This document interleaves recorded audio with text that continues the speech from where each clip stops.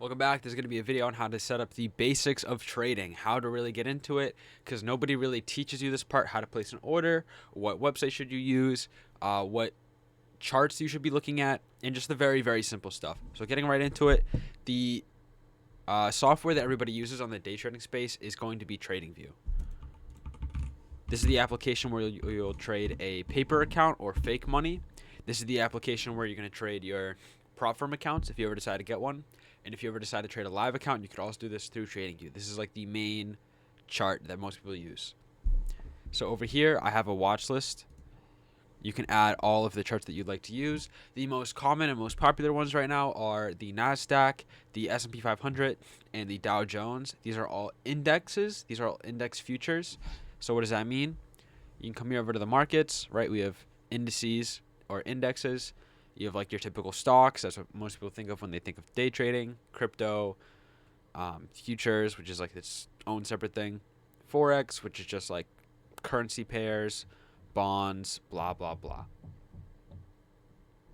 And yeah, futures is kind of like a type of trading. So people trade the indexes most commonly. So this is like the top. The ES is just the top 500 stocks. The NASDAQ is the top 100 stocks. And these should all move in tandem. So what you're going to want to do is go to this market. You're going to pick on anything, right? This is going to be the index. So this is not what we're going to be using. So we're trading futures. So you're going to go to futures. And if you want to trade the indexes, you're going to go to world indices. You're going to go over here to all futures. And you're going to click on I guess these are alphabetical. You're going to be looking for NQ1 or ES1, whatever. So ES1. And you can also just pick any of them, and you're going to go to this top left right here, and you can just search it up. So we're going to be looking at NQ1 with an exclamation point. That's the ticker symbol for the E-mini NASDAQ. All right, it's going to be by the CME group right here. So this is kind of like your basic. You have if you want to do a line chart, it's up here. People use candlestick charts. You can have your indicators, your time frame. So each candlestick is the correlated time. So 1 hour, 1 hour, 1 hour. Each candlestick represents an hour. This one, each candlestick represents 4 hours, etc., right? This one's 30-minute, right? And how you're going to actually place a trade on this is you're going to come down here. You're going to have like this trading panel, and you're going to like kind of want to scroll it up, and you'll see all the brokers, right? So prop firms usually go through Tradivate, but if we're going to be doing a paper trade account, we're going to be using this right here. So this is just fake money that you can play with, and I'm going to teach you how to place an order. So the market's actually closed right now, so I can't actually place an order in, but here's how you're going to do it. Once you connect to that TradingView account broker, you set up that account, you're going to have your buy and sell button. So let's just say I wanted to take a long right here, and the market was open, even though it's not right now. You'd click buy. A long is a buy, or betting on it going up. A sell is a short, or you're betting on it going down. So what you're going to want to do is you're going to be placing a buy or sell, right? Forget about the DOM. We're not looking at this. We're looking at the order book. We have buy or sell. So for this instance, we're going to buy. Forget about limit and stop. We're just going to use a market order. Your units are going to be micro contracts. So this really depends on the asset. For NQ, write this down. Every chart or anything you want to trade is governed by points. So each point on the right here. So we're starting at, let's say we're entering our long position at 25,484. All right, you can see this little ticker at the top left. It shows, don't worry about all the numbers, look at just the top left. It shows the points, right? This is how your money is defined. So it's not by how much the stock moves, it's how many contracts you have betting on the price. So if we want to bet 10 points, which is what this would look like, right here, from 484 to 494, we're going to be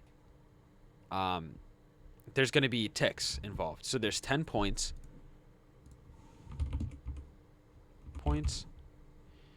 and 1 point equals 4 ticks.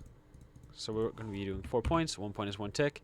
And then for NASDAQ, it's different on every asset, so you can look it up. But for at least for NASDAQ, 1 point equals $2. No, hold on. It's $5 per point. Nope, I'm sorry. Hold on. It's $20 per point per contract per mini. So this unit right here is a contract, or some people call it a mini. Each point is going to be $20 per contract. So if you put in one contract and it moves 1 point, 484 to 485, forget about this tick, it's going to be plus $20. If it goes against you, it goes minus $20. 1 point is 4 ticks, so each tick is going to be $5. And this is just for, again, NASDAQ E-mini futures, this one specifically, which is the one I trade. So a 10-point move is going to be 40 ticks, meaning it's going to be 5 times 40, or you could just say 10 times 20. So a 10-point move would be $200 worth of movement, either up or down. If it goes against you, obviously you're losing $20 a point. It goes to go for you, $20 of gain. With this $20, you can now change it and have dynamic risk. So say it moves 10 points, right? It's the same trade, 10 points of movement, which would look like this on the chart. Instead of it being $200, 10 points with one contract, you could have 10 points with 2 contracts. So it'd obviously be double. So it'd be $400. You could do 3 contracts, right? It'd be $300. It could be 4 contracts. It would be even more money. And it's the same for the short, right? It's the same movement. So you're governing by contracts. It's the money you make is the relationship of points and or ticks, is like just the smaller, all right, 4 ticks and a point, relative to how many contracts you have in the market. Now, if this is too much money for you, there's another ticker symbol called MNQ. So this is the micro E-mini NASDAQ, where it's just divided by 10. So each unit is 1 micro contract instead of 1 mini. 10 micros equals 1 mini. So 1 contract on the E-mini is 10 micros on this. So instead of 1 point being $20, 1 point is $2. So that's what also I trade too. So you can have lower size. Whereas like 1 micro for 10 points would be $20 instead of 200. So now we got this out of the way, right? This is the very, very, very basics, how this works. Now we want to place an actual order. Don't worry about these two. What you're going to want to do is just place your order, right? Market rejected because it's closed. Let me go on just to show you on a live market, just so I can, we're going to risk 1 unit, which is going to be different on Bitcoin, but I'm only doing this so you can actually see the order. So I'm going to buy 1. Now, it's typically going to let you drag your stop loss and your take profit to how you want it to be.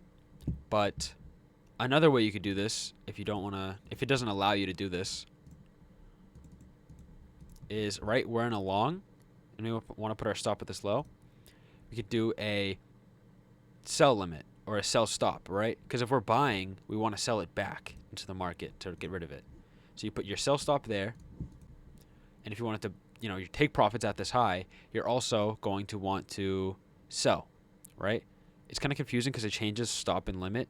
Just look at the sell, right? If you're buying, your stop loss should be a sell. Your take profit should be a sell, right? You're trying to sell that contract back. If you are shorting, and I'm going to show you too in a second. We're going to close all these. If you were shorting, right, you click sell, 1 unit. I don't know the point system value on Bitcoin, so I'm not going to pretend to know, but all right, we're going to sell 1. Now our take profit is going to be this low. We're going to buy for our take profit, and we're going to, again, buy as our stop. And that's basically how you trade on the NASDAQ. I just can't show you because it's closed, and it makes it a really annoying noise when you do it. But for right now, it's letting me drag this. It typically doesn't let me do this on like a live account.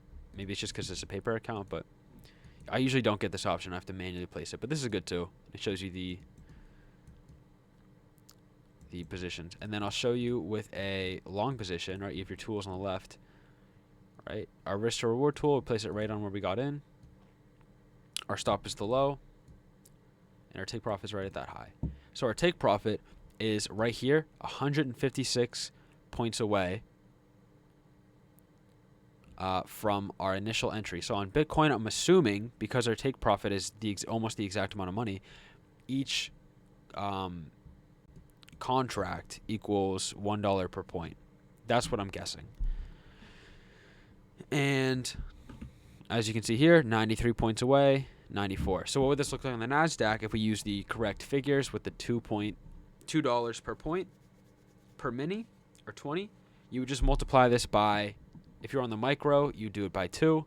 So this would be about a $300 stop. And if you do this on the mini, you would do about times 20. So this would be about a $3,000 take profit and a $1,800 stop loss. So that's how you size your positions on TradingView, on the demo, on the paper trading account. And it's the same. It's the same once you get like prop firms and live accounts. You can use TradingView, and it's the same idea, right? And you have your watch list here. And yeah, that's basically how you use TradingView. Very simple, very easy.